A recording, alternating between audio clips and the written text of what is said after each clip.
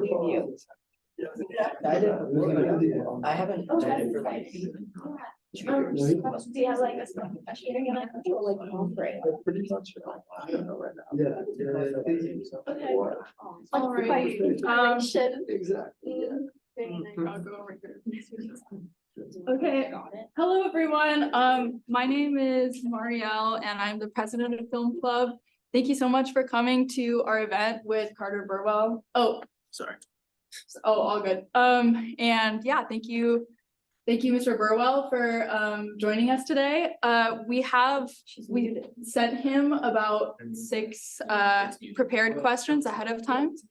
You're muted. No. Guys, don't worry about it. We figured it out. We sent him some questions ahead of time, some that we prepared, some that you all submitted. We had an overwhelming amount of questions that were submitted. So if your question doesn't get answered during the Q&A, then we're gonna have some time to open it up to the floor. So yeah, be thinking of other things you want to ask. So I'll hand it off to Will now. Yeah, and if you have any like follow-ups from the answers that Carter gives, that's the time to ask it in the open question section. But I'm gonna start with a brief introduction of Carter Burwell, just to tell you guys a little about him. Carter Burwell is a musician and film composer. He studied at Harvard, and after a successful stint in animation, began his musical career playing with bands around New York City, such as The Same, Thick Pigeon, and Radiant. He began his composing career in the 80s, and since then has been a consistent collaborator with directors like the Coen brothers, Todd Haynes, Martin McDonagh, Spike Jonze, scoring films like Miller's Crossing, Where the Wild Things Are, Being John Malkovich, Fargo, Twilight, and the list goes on. Please join me in welcoming Carter to our club. Good to be here. All right, so first, we just wanted to hear a little about your start as a composer. How did you first get your foot into the industry? Did your early experience performing with bands lend itself into your future composing work? And just a little about your beginnings in the film composing world. Sure. I'd never intended to be a professional musician, honestly. I did not study it. And I was just playing in bands for fun. That's no other way to put it. After college, through college and after college. And, the Same, Thick Pigeon, as I said, are some of the bands that I worked with. We put out some recordings on obscure, Belgian labels, things like that. But due to my, playing around at clubs like CBGBs, what have you, in New York City, I got a call from someone I knew. His day job was that he was a sound editor for TV, but he was just starting to do film, and he was working on a first film by 2 young guys like us. And he said, they need music. They don't have any money. This is something that would be interesting to you. I think he thought that the type of music that I played was kind of moody, even though I was playing at these punk rock venues. I would play instrumental music. He thought maybe it was applicable. Anyway, I said, yeah, because I was in my 20s. I said, yeah, to everything. And so I met with these 2 young filmmakers. They showed me a couple of reels of this film that they were just working on. It looked very rough. Basically, it looked like a student film. But that was Joel and Ethan Coen, and that was their first film, Blood Simple. And I think they talked to a lot of other composers. The people who had put money into the film wanted them to hire someone who knew what they were doing, which is definitely not me. But in the end, what I did was actually, after seeing what they showed me, I went home, and I didn't have a demo reel. I'd never done anything like this before. So I went home and just spent the weekend coming up with various ideas, recording them, brought them to the Coens, and months later, after they'd gone through everybody else, and I think they'd even hired someone else, but they came around to thinking that my ideas were the right things. So they called me up, and I went ahead and scored their movie. But I didn't expect that I would be doing it for a profession. They were very honest. They said this movie will probably never come out. There's no real venue for these at that time. This was 1983 for the low budget independent films. And so I wasn't expecting anything to come of it, but eventually the film got picked up by some festivals. And eventually other people started calling and asking me to do their movies. And Joel and Ethan, they got their second film, Raising Arizona, was picked up, and they could have hired someone else, someone who actually knew something about country music, for instance. They knew I didn't know that, but they're strangely loyal, and they asked me to do that. And then their next film, Miller's Crossing, was they wanted an orchestral score, and they also knew that I knew nothing about orchestral music. But we'd all started at the same time, so I think there's just a general feeling of we'll all figure it out, as we go along, and we have. So on that topic of like growing with directors, and you have a long-standing relationship with a bunch of directors, as I mentioned, do you find that getting to know the filmmakers over several projects changes anything about the scoring process? Like, are you given more creative freedom throughout the films you're doing with the same directors? Yeah, I think that's basically exactly what you described there. The main thing that happens, because you have to, the first time you're collaborating with someone, they don't know what to expect from you, and you don't know what to expect from them. And but once you've successfully gotten through the whole process, once you say, I'm playing rough things for directors, right? Roughs that I do on a computer. And I say, you got to believe me, when we have real musicians play this, it's going to sound, good. And they do have to believe me about that. And but once we've gone through that, and they see the whole process, that yes, I'm doing rough ideas that I present to them, but that when it's all fleshed out, when I've orchestrated it and when we've recorded it, that it will be good. There's just a certain amount of trust involved. Once you've done it once, then that trust is there. And it also means that I can sort of freely try out things that maybe are really the opposite of what they expect. And I know that they're not going to fire me right away, but I say, well, I know you never expected this, but here, just listen.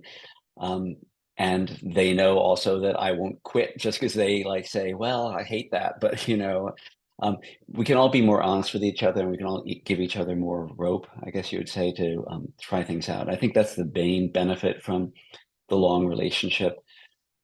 There are other ones too. I mean, music is a hard thing to talk about if you're not a musician. And it's a very abstract language. What I always tell directors is, if you want to talk to me about music, talk to me like you would an actor. Talk about emotion, talk about drama. Don't try to say, oh, the clarinet should do this, or this should be in a minor key. But it is a difficult thing. A lot of people are uncomfortable talking about it because they feel like they should have a musical language. But again, after you've worked on a film together and it's worked out, I think we find our own language. Everyone has their own way of talking about things. The Coens have their particular vocabulary, and everyone is different. But that also gets a little bit easier once you've worked on a few things. Can you talk about that process a little more, just the creative process when scoring a film and collaborating with directors? How does it begin, and at what stage in production do you tend to start? Sure. Well, I like to read scripts. So I'm almost always reading a script. Sometimes people come to me with a film that's been shot. I mean, normally you don't wait until then to hire a composer because that's a little late. But sometimes it's late because maybe they did hire someone and it didn't work out. I don't know what, but most of the time people come to me before they shoot or while they're shooting or while they're editing, but still very rough. And I will read a script just to decide if it's a project I want to do, if it seems like it's interesting. So I read a lot of scripts, but I don't usually write music based on a script. I find the simplest way to put it is that a script is not a film. There's so many different ways to shoot a script, like 4 different directors would shoot a script completely differently, and it would be 4 different types of scores. So I just don't find it useful generally for me to be writing music from the script. I usually wait till they send me something. Sometimes the people I know well, like the Coens or Martin McDonough will send me maybe just a scene, just so I can see what it looks like, see what the set is like or the location, see the actors and where they're putting the camera in, and that'll tell me a lot. But you know, if I'm honest, I'd say that most of the time I don't write anything until there's a rough cut, because then I really know what the film needs. That's the simplest way to put it. What I'm, excuse me, what I'm usually trying to do is bring something to the film that's not there already. And I think you might easily imagine that the job of a film composer is to like just amplify, reflect everything that's on the screen. Like, oh, there's a car chase, you need car chase music, and oh, they're kissing, you need kissing music, you know. But the fact is, those are not the kind of movies that I work on, and they're not interesting to me. The ones where you're just doing what's already on the screen. There are a lot of movies like that, and they're, you know, and that's a whole job there. But that's not usually why people hire me. They hire me because I might see something that they didn't see, or that and bring some new angle. Like I said, you mentioned Miller's Crossing. That would be a good example where it's a very cold film. It's kind of violent, and it has to do with the intellectual workings of this character played by Gabriel Byrne. And we don't know what he's thinking. He's completely stoic through the whole thing. But I came to the conclusion that was motivating his actions during the movie was his love for this gang boss, Albert Finney, not like sexual love, but just his sincere like love as a brother for this guy. And I wanted to play that because the film is so cold. And I thought if I played it as though Gabriel Byrne's character is like a sappy Irishman inside behind that stone visage, that would add something. And you know, and I think it did. I think Joel and Ethan were put off at first when I proposed it to them, but as soon as I played them the ideas, they got it. And I think a lot of people come to me now for that kind of thing, to give some different angle on the film. But for me to do that, I really sort of have to see the film. So I don't usually write anything until a rough cut. And then what I do is, you know, maybe I've got a couple of weeks to come up with ideas. I have to say, the hardest part about this job is that the schedules are very short. I mean, probably on average, I have 6 weeks from the time they show it to me to the time I have to record. And sometimes it's less. And during that time, I have to come up with my ideas. I have to come up with my thematic material, my tunes, melodies, whatever. And then I have to write like 50 pieces of music. So I don't get much sleep, and it's a little stressful. But the first couple of weeks, despite the crunch, the first couple of weeks, I try to just be coming up with the idea. And that might sound obvious, but when time is short, you might think, oh, I'm just going to start writing cues. I'm going to start at the beginning, and I'm going to write the music for each piece of music is called a cue. I'm just going to write from the first one to the end and get it done. But if you don't have a concept for what you're doing, a concept of, you know, what the angle is for the music, I don't find that I can do it. Especially you might start say, oh, I know how to do the first 4 scenes, but then you get to the 5th scene or the 15th scene, like, I don't know what to do here. But if you have a concept for what the way you're trying to frame the film, it helps. And anyway, so I spend the first couple of weeks doing that. Then once I have that and sort of an idea of what the instrumentation is and what kind of thematic material I'm going to use, then I use a computer to put together a sketch. So it's using, you know, synthesized sounds that, you know, don't sound fantastic. If you put a lot of work into it, you can make them sound pretty good. But again, there's not a lot of time. So, but, you know, most directors I work with, they get the idea. Sometimes I have to say, you know, that is a clarinet, that is, you know, a banjo, whatever, but explain it to them. And then they'll give me their feedback. I usually give them a couple of days to mull it over. It's for the director, you know, it's a strangely like sensitive moment because I'm often the first person they're showing the film to other than themselves and their editor. I'm the first outside person to see it. And so that they're a little kind of like naked in that situation. And also what I'm bringing to it might be completely unlike what they expected. and I might be totally changing the film. And if there are people who wrote the film, I like working with writer directors like the Coens and Martin McDonagh. They may have been working on this thing for like 5 years, and then suddenly now at the last moment, all this music comes in and changes the dynamic, the relationships, the context of the film. So it's a lot of, we all have to be sensitive to each other and give each other a little space, because they're bound to be a little put off. I mean, it's no way that they can be totally expecting what I've written. But again, that's where trust comes in. If we've worked together before, then they're going to think, well, I think he's got something in mind. I don't know what it is, but and anyway, from that point, once we've gotten past having the conversation about the general approach, then I do start writing the individual cues, and I'll usually start with some scene that's critical, that if I get this right, and the director's convinced that I've gotten that right, then we can all relax about everything else. So I'll go through the film and write scene by scene by scene by scene, and all the time I have to get those approved. Doesn't make any sense to go to the recording if all of the music hasn't been approved, because at the recording, you're spending a lot of money. I don't work on gigantic films, but I mean, the two last Twilight movies, we probably had an 80-piece orchestra, that's costing, thousands of dollars a minute. And so to have to stop and have a discussion at that point about what we're doing and change something is very costly. So try to get everything approved before we record.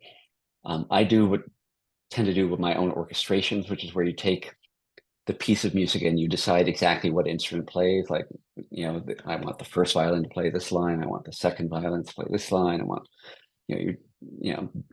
that part of it is something that I enjoy. It gives the music its color. But again, time is short, and on a huge movie like those last two Twilight movies, I couldn't do all the orchestrations myself. There wasn't time. And then usually I'll conduct the sessions too, because that's just the most fun. So that's the really fun part of the whole thing, is you could stand up there, wave your arms around. And that's why I learned a lot from the musicians, by being out there with them and say, is that playable? Could we do it in a different way? Basically I get, the fun thing about this job is I get to wear all those different hats. And when we, mix it, I'm the producer. So I, get to say how that should work. And then I often go to the film mix, not always, but often, where the music that I've mixed is then remixed into the film with the dialogue and the sound effects. And of course, that's never really a happy time for a composer, because until then it's all been beautiful music all by itself, and now it's got gunshots and stuff on it. There's a famous story about the film On the Waterfront, where Leonard Bernstein had written the music, and at the very end, like the big scene where Marlon Brando's character has been beaten to a pulp, and he gets up, and he's not been beaten spiritually, and he gets up and he goes, he groans or something, and Leonard Bernstein had written this huge climactic piece, and Elia Kazan, the director, just pulled the whole thing down in the mix because he wanted to hear the groan from Marlon Brando. There's a million stories like that. And so anyway, the music all sounds great until you get to the film mix, and then it's a little bit of a babble. But I should mention, while we're on that subject, that whoever is doing the other sound work, the dialogue and the sound effects, I try, if possible, to coordinate what I'm doing with them, because then you don't have a big battle. Like Skip Leafsay, who does the sound design for the Coen brothers and many other people, we talk all through the process. We're always talking. And like, for instance, if we did this movie, The Tragedy of Macbeth, with Skip, and a lot of the time, the same thing with No Country for Old Men, actually, a lot of the time it's just wind in the sound effects. And we would talk, I'd say, well, can we pitch the wind so that it matches the key of the music? And I'd say, I'm doing this thing in A minor, and I have to give him a recording of what I'm thinking about. He would pitch his wind so that it worked with it. Like, we really collaborate on these things.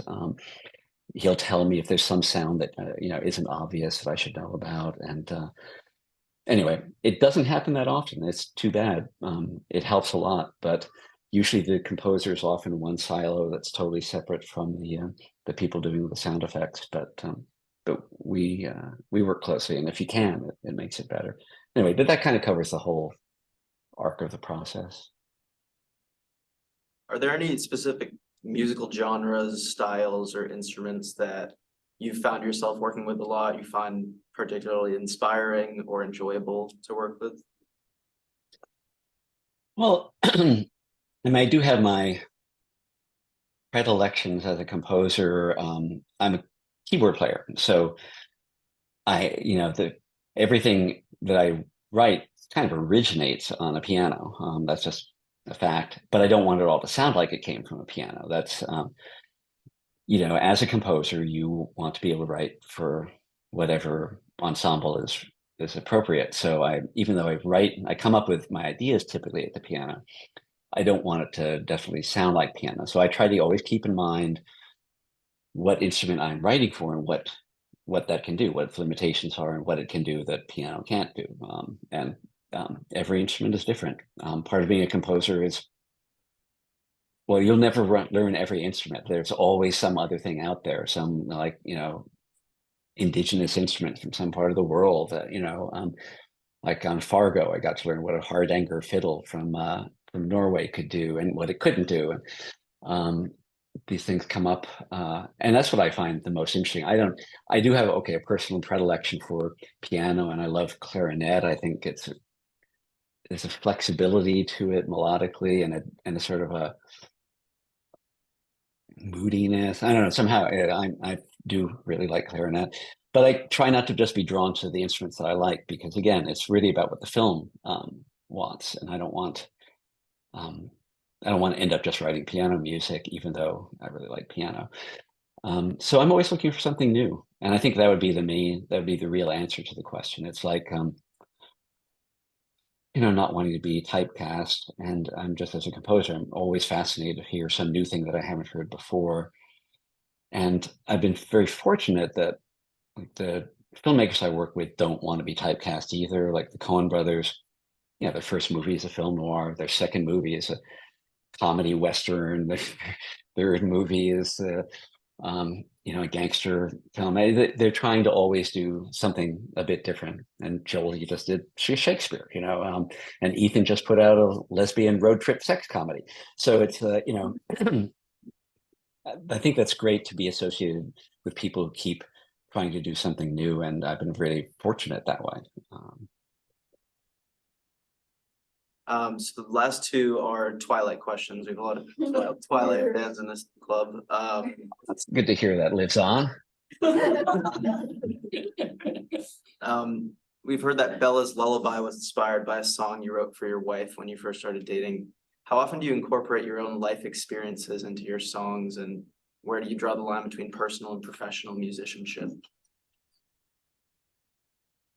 So, I guess I'll answer the second part first. I don't draw any line. I did ask Christine's permission to use that song in Twilight. I didn't just go ahead and do it on my own.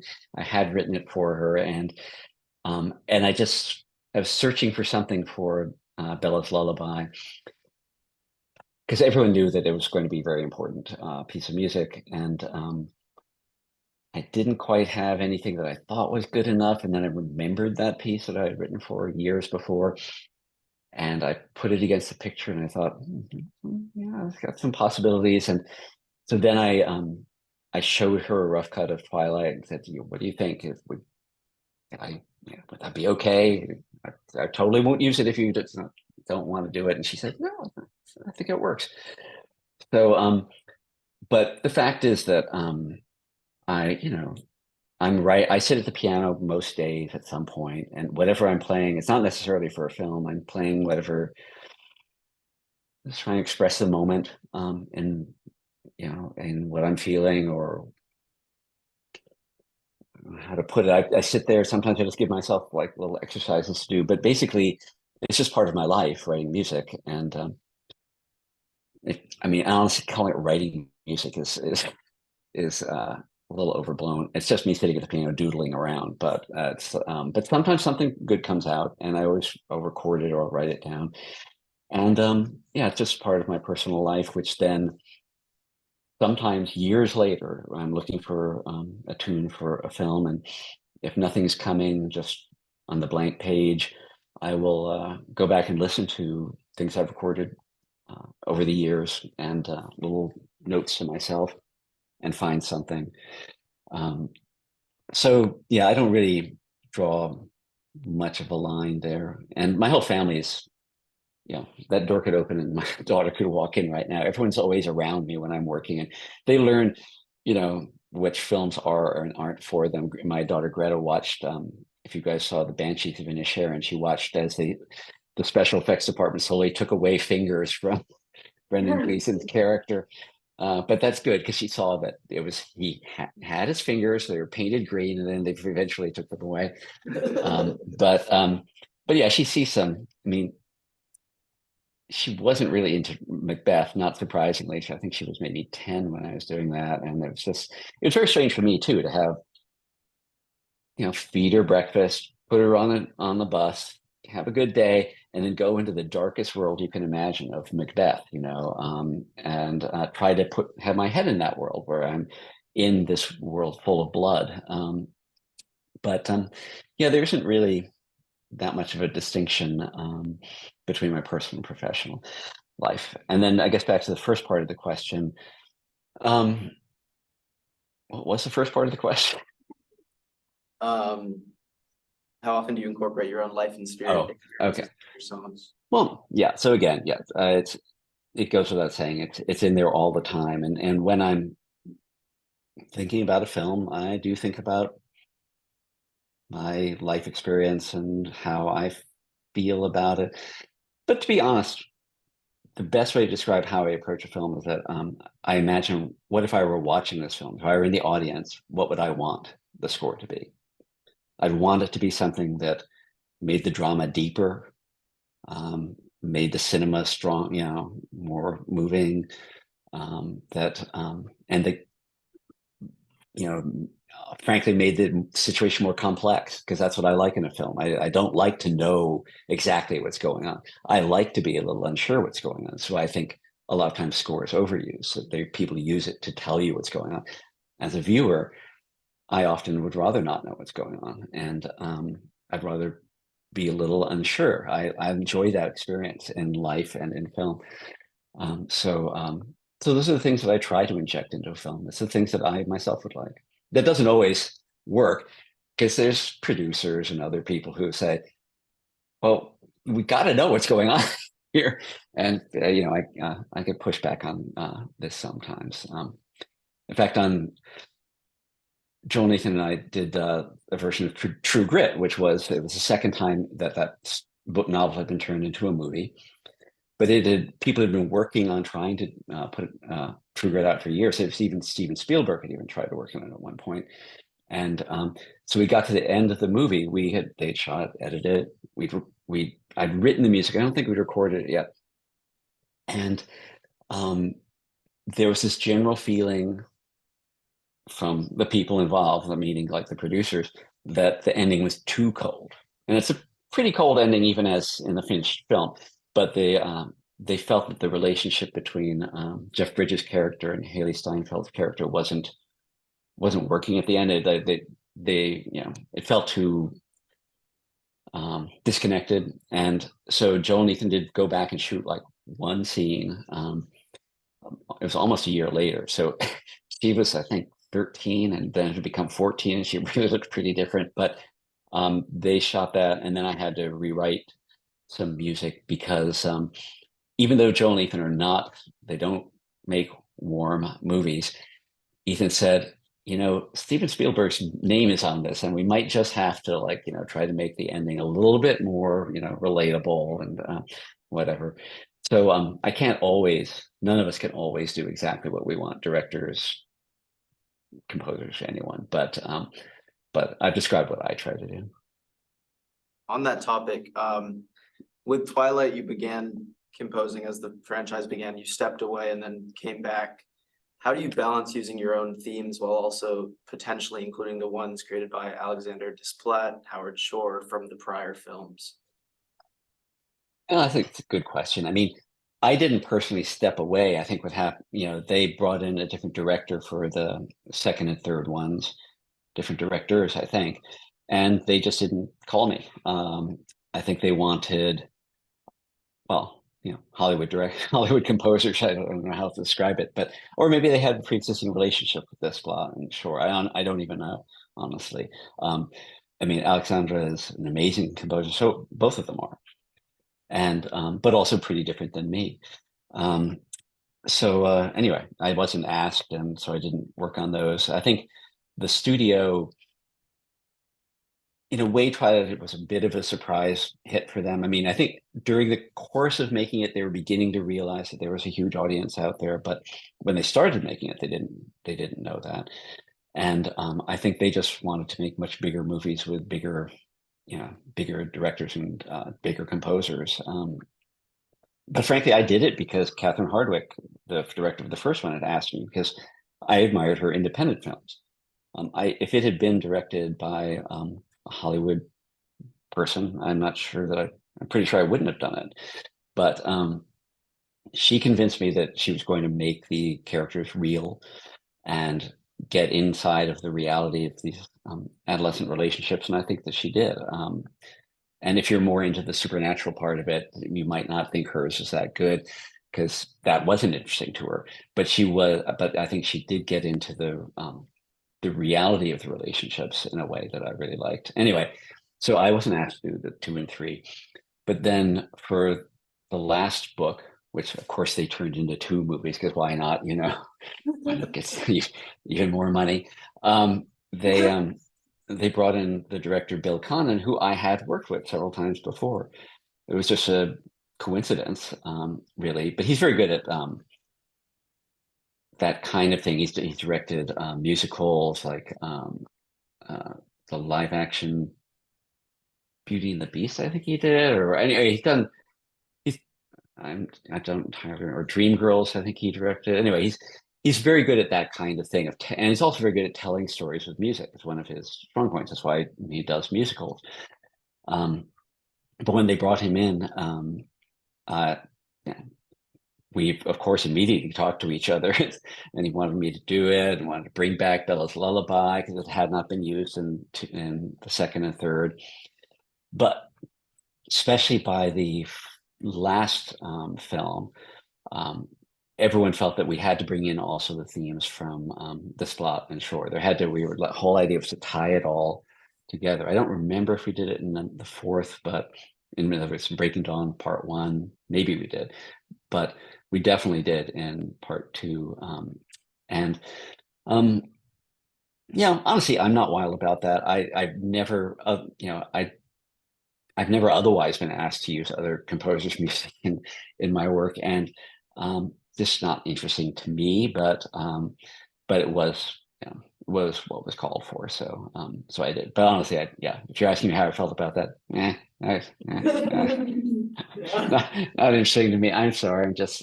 I'm the kind of guy who knows exactly what he wants and what he wants to do, and so to be told I need to do this other thing, it's like, I didn't really like it. But I understood it. Well, that's it for the prepared questions. We have about 23 minutes left, so gonna open it to the floor. Anyone who'd like to ask questions?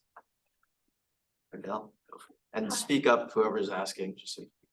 Yeah, so this goes a little bit along with what you just said, but I read that with Bella's Lullaby, the directors maybe had some qualms that it was too much in a minor key, that it wasn't sweet enough. And so I was curious, how do you handle when you have your specific artistic vision, but then have a disagreement with someone you're working with? Like, what's that process like? Yeah, that one is the ultimate example of that. And I often use it if I'm teaching. I give it to young composers that I'm teaching, because it's almost like out of a textbook. So you already know where the melody came from. It was written not originally for the film, but when I presented it to Catherine Hardwick, the director, she really liked it. We all knew that Bella's Lullaby was just going to be important. It's like, it wasn't even in the original script. No one had put it in, but the film company, I think it was Summit at the time, they noticed that people on blogs, this is what they had instead of social media back then, people on blogs were asking, what are they going to use for Bella's Lullaby? I can't wait to hear Bella's Lullaby. And they hadn't even shot anything for it. So they went ahead, they gave Catherine like a half day to shoot something, and Rob Pattinson, they shot it so that you couldn't see his fingers because they still didn't know what Bella's Lullaby would be. But then, Catherine really liked my piece. And in the end, we actually Rob went ahead and learned how to play it, and they reshot it using his fingers because he's a musician. And he was just so proud that he wanted people to know that he was a musician, that he could play it. But so we're using it in different places in the film. But I noticed that Catherine, I kept asking her if she had played it for the producers yet. And in some films, some situations that, like when I'm working with the Coen brothers, I never, they produce their films, and there often is another higher up producer but those producers don't have any creative control. And I know I don't have to worry about it. It's not an issue. But with Twilight, especially by the time we were in post-production, the studio knew they had a big thing on their hands. They didn't really especially know it at the beginning, but they, because they hired like an indie director, and Rob had done hardly anything at that point. They were willing to take chances at the beginning, but by the time they got to the end of making the film, they kind of realized that it was a big deal, and they were being much more cautious. And I knew that the producers needed to be involved. They weren't going to just let Catherine do whatever she wanted. So I kept asking her, have you played the score for producers yet? And she would say, no, not yet. And when are you planning to do it? And she just kept putting it off. I'm not sure why. We're all humans, and we all have our own motivations. I'm not sure if she was just picking her battles, and she wanted rather fight with him about other things and not fight about the music yet, I just have no idea. But anyway, we finally got to the day where, yes, we're going to play the music for the producers. And I had actually moved out to LA. I live in New York, but I had moved out to LA to do the film because, again, I was aware that people were going to be paying attention, and it's going to be more hands-on. And I brought my whole family out for the summer to do it out there. So go. I went to this meeting, and we're going through the different pieces of music, and we get to Bella's Lullaby, of course, the big one, and play it. And the producer says, "Can I hear that again?" And play it again, and says, "That first note in the melody, is that dissonant? Sounds dissonant to me." And I said, and he obviously had some musical education, right? He knew the word dissonant. And I said, yeah, you're right. It's exactly what it is. It's almost a perfectly dissonant piece of note. It's like, if you know music, it's the left hand is playing A natural, B natural, and the right hand is playing a B flat. It's like completely dissonant cluster.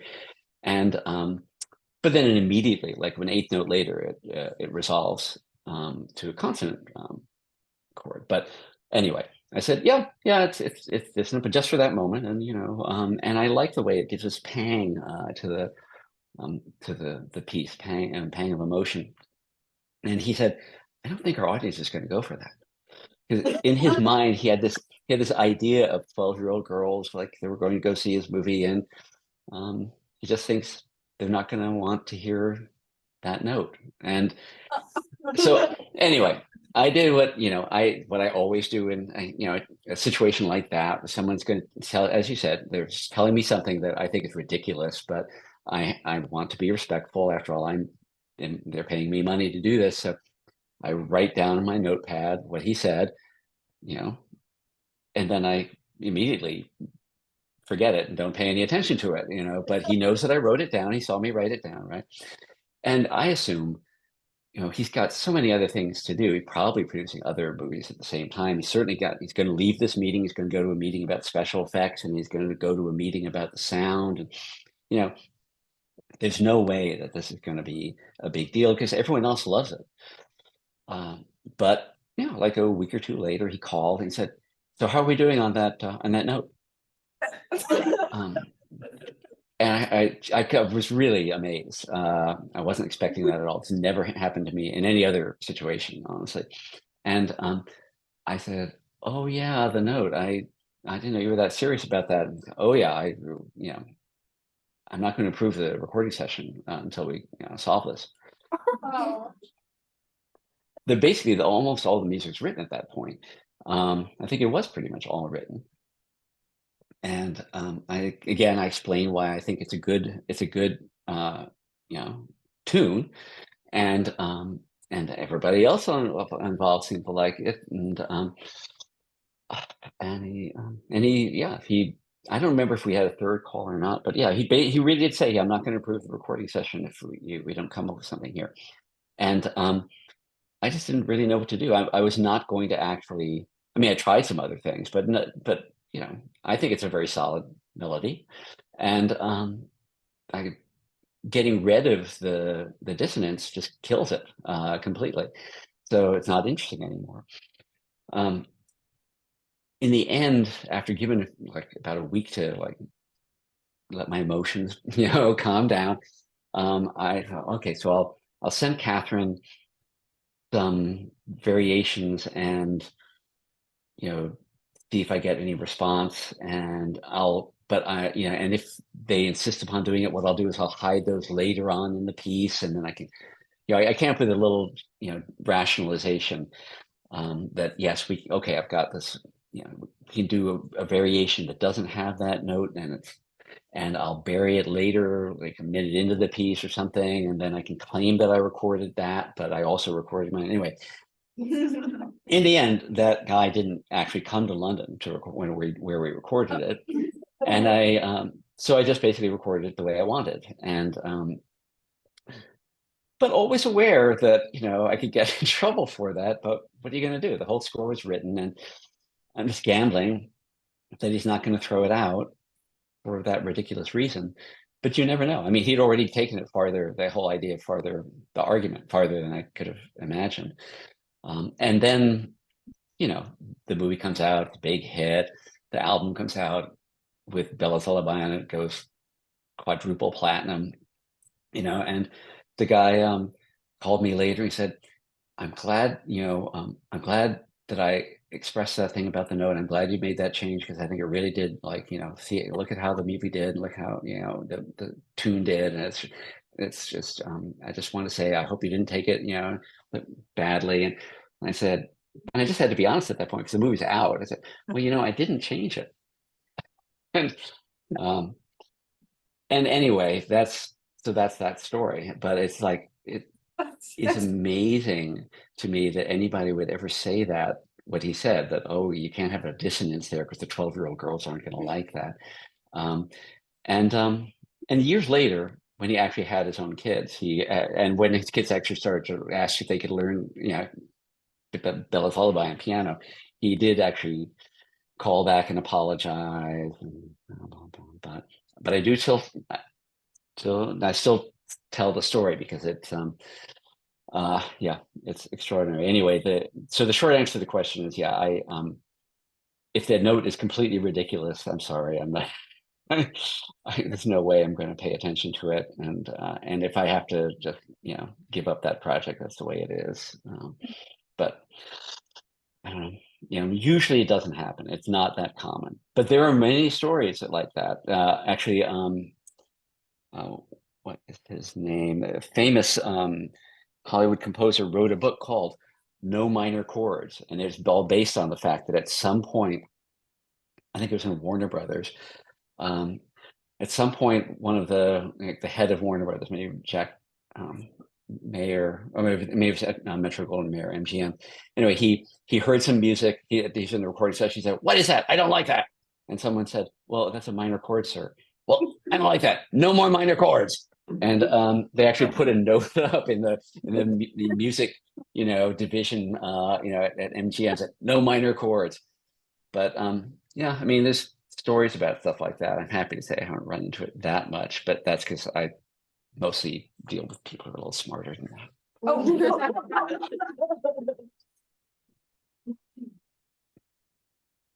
Yeah, go for it.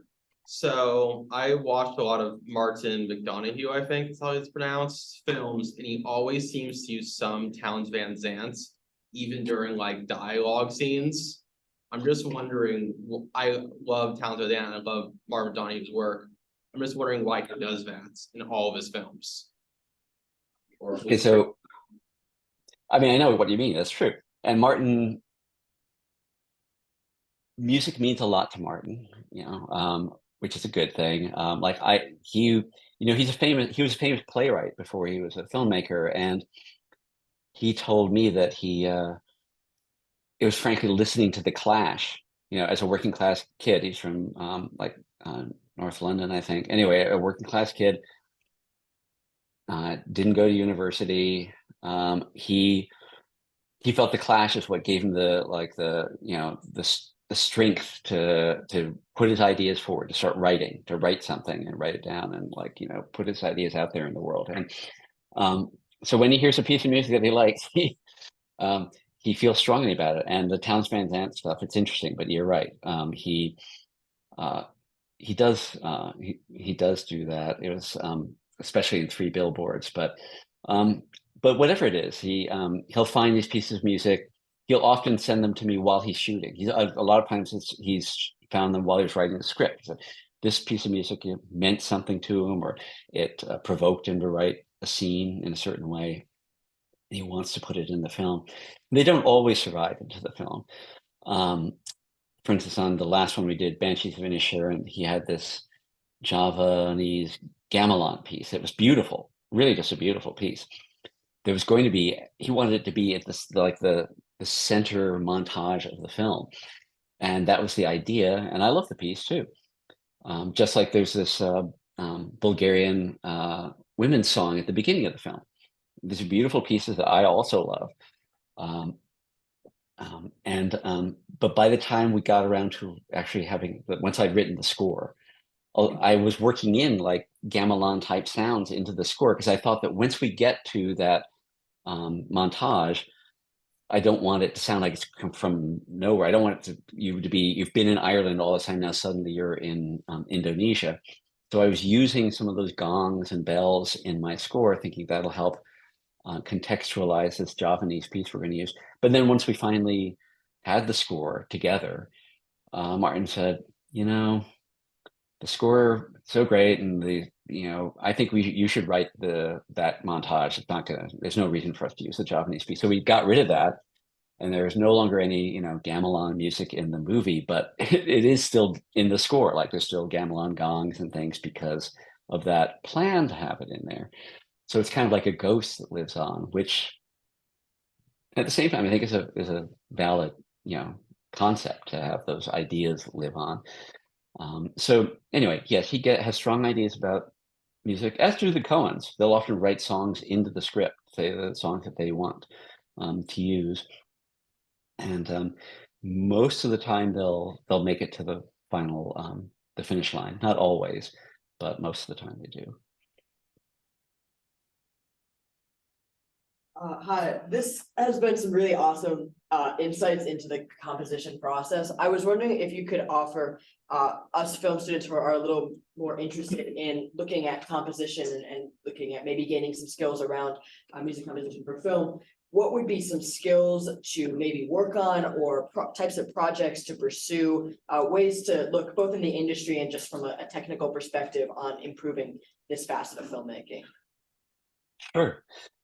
Well, I'll throw out a bunch of random ideas, and you can help focus it out after I do.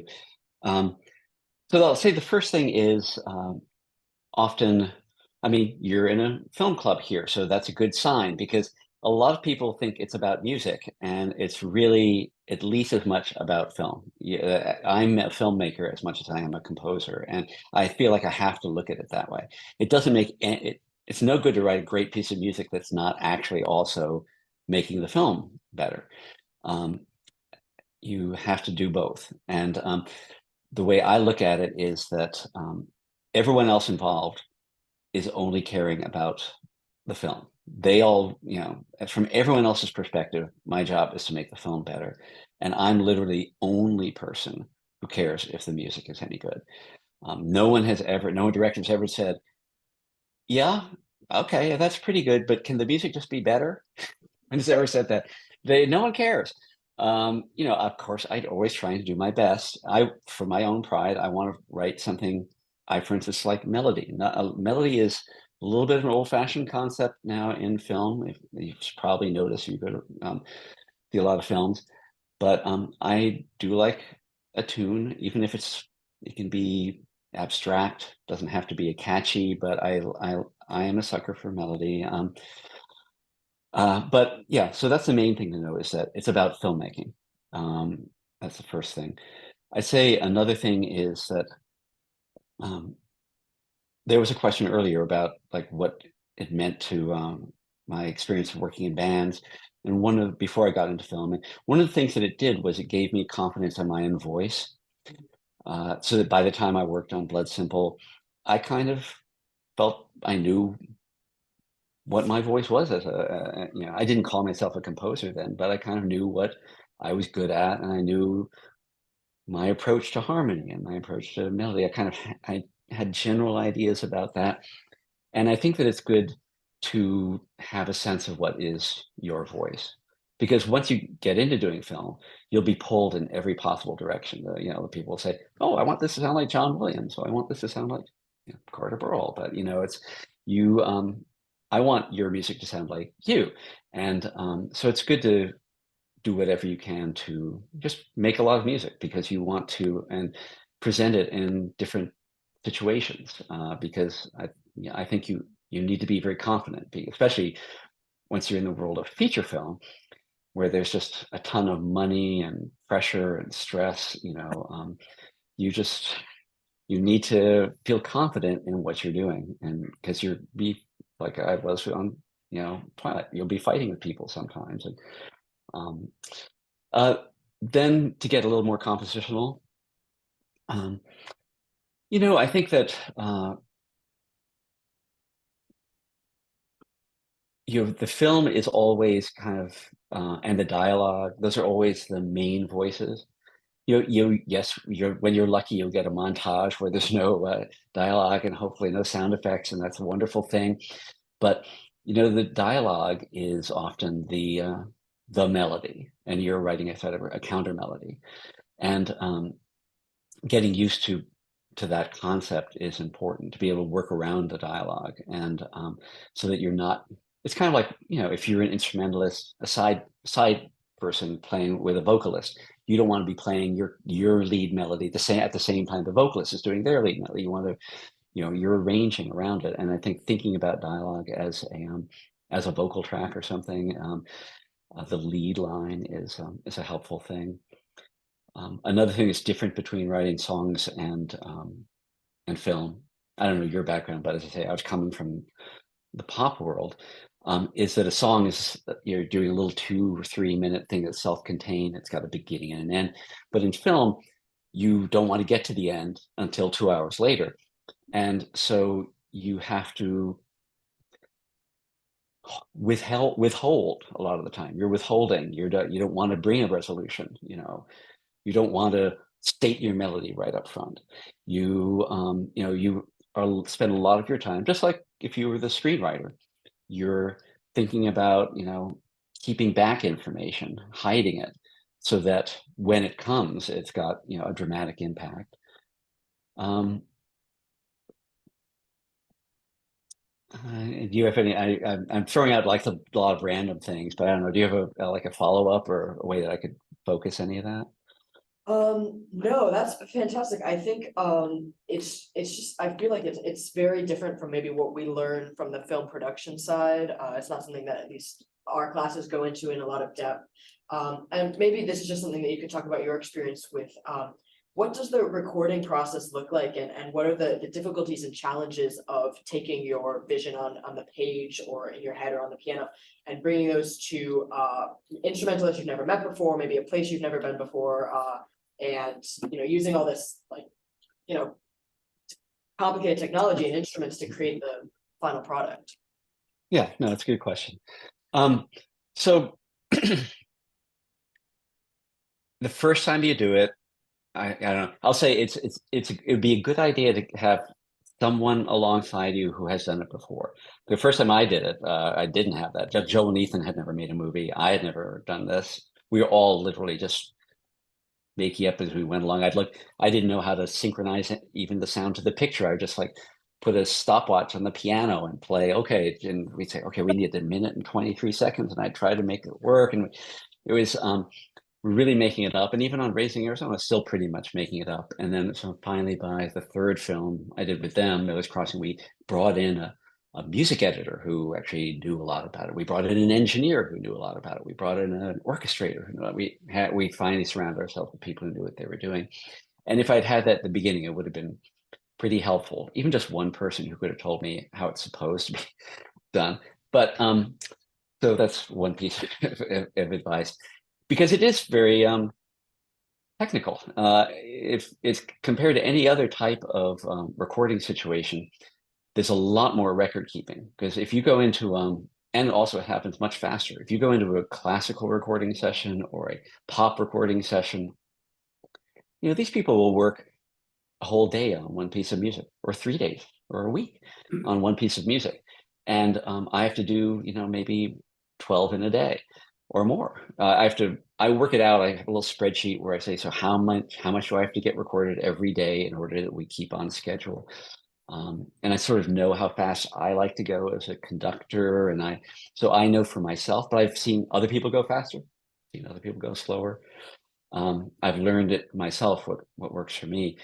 But the amount of record keeping is extraordinary, because you might be doing, you know, 5 takes of each piece, and you've got 50 pieces, and you've got to do all that in like 2 or 3 days or whatever. It's like, so someone somewhere has to be writing down everything.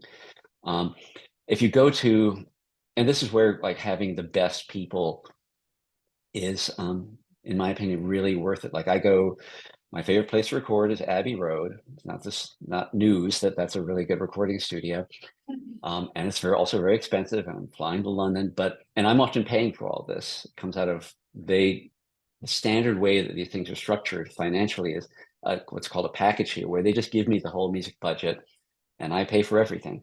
So even though it's more expensive to go to London, it's more expensive to go to Abbey Road, it is worth it to me, because the people who are in that room are the best.